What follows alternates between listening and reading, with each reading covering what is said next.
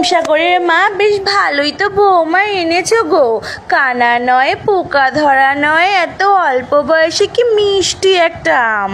হ্যাঁ গো চৌষা দিদি, ওই জন্যই তো কাঁচা মিঠে মা আর হিমসাগরের বিয়েটা দিয়েই দিলাম।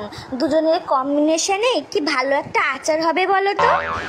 কিন্তু হিমসাগর, তুই এত মুখ বেজার করে দাঁড়িয়ে রয়েছিস কেন বাবা?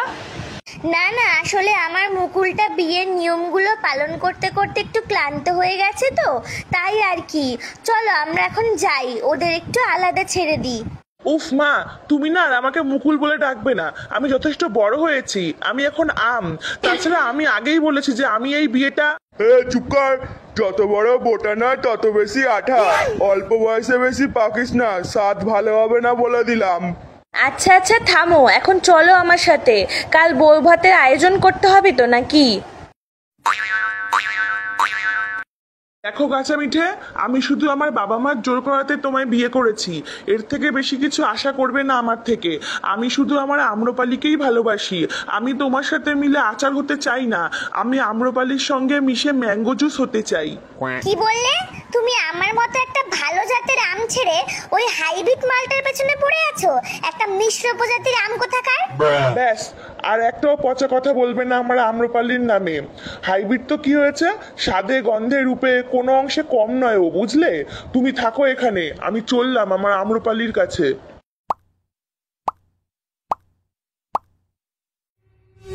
চোষা না মল্লিকা না নই নই রে ফজলি, খেলে চিনিমিনি চিনিমিনি চিনিমিনি মন নিয়ে আম্রপালি। আম্রপালি, এই তুমি তুমি এখানে কি করতে এসেছো? আজ তোমার ফুলসজ্জা তো, যাও ওই ওলা উঠি কচি খুকি কাঁচা মিঠের কাছে যাও।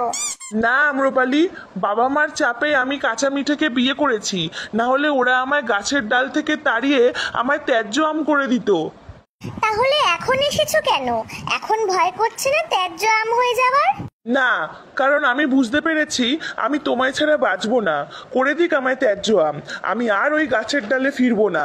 আমি তোমার সাথে তোমাদের গাছের ডালেই ঘর জামাই হয়ে থাকবো। এই শোনো, তোমার বিয়ের খবর পাওয়ার পরে থেকেই না তোমার থেকে আমার মনের আঠা উঠে গেছে। তার উপর আবার নিঃস্ব হয়ে এসেছো আমার কাছে। আমার কাছে না এই খোসা ছাড়ানো ত্যায্য আমের ভালোবাসার কোনো দাম নেই। আমি এখন আমার অ্যালফান্সোর প্রেমে পড়েছি। বিদেশি আম, বুঝলে, অনেক দাম। ও আমায় ফ্রুটস বুকে রিকোয়েস্ট সেন্ড করেছিল, কি হ্যান্ডসাম দেখতে। তারপর থেকেই চ্যাটিং শুরু হয় আমাদের। তুমি এখন যাও, আমার এখন কয়েকটা রিলস বানিয়ে আমার অ্যালফান্সোকে সেন্ড করতে হবে। ডিস্টার্ব করো না তো। ছি, কাঁচা মিঠে ঠিক কথা বলেছিল। একটা হাইব্রিড মাল, মিশ্র প্রজাতি যখন যাত্রার সাথে মিশে যায়, হাট। এই, ওটা ল্যাংড়া না? যাই, ওর সাথেই একটু দুঃখের পোকাগুলো শেয়ার করে একটু হালকা হয়ে নি বরং। তুই না বোম্বাই, তোর দ্বারা কিচ্ছু হবে না। এখনো পর্যন্ত একটা বিয়ে করতে পারলি না। আর আমায় দেখ, বউ থাকতে ওই যে হিমসাগরের মালটা আম্রপালি, ও তো আমার প্রেমে হাবুডুবু খাচ্ছে রে। কিন্তু আম্রপালি তো জানে যে তুমি বিবাহিত। আরে ধুর, ও জানে না কি আমি ল্যাংড়া, ও জানে আমি অ্যালফান্সো। বিদেশি মাল ভেবে বেশ ভালোই আঠা লাগাচ্ছে আমায়।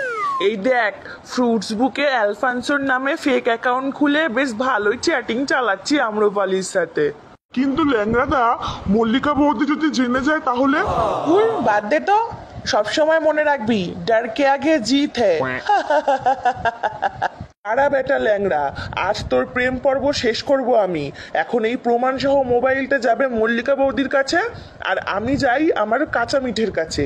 আর বাকি রইল আম্রপালি, তুই থাক তোর ওই ফেক অ্যালফান্সো বিদেশি ল্যাংড়ার আশায়।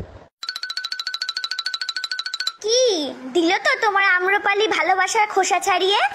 তুমি ঠিক বলেছিলে কাঁচা মিঠে, ওই আম্রপালি আমার ভালোবাসার যোগ্যই নয়। আজ আমি ভালোভাবেই সেটা বুঝতে পেরেছি। আমি তোমার সাথে মিশেই আচার হতে রাজি বউ।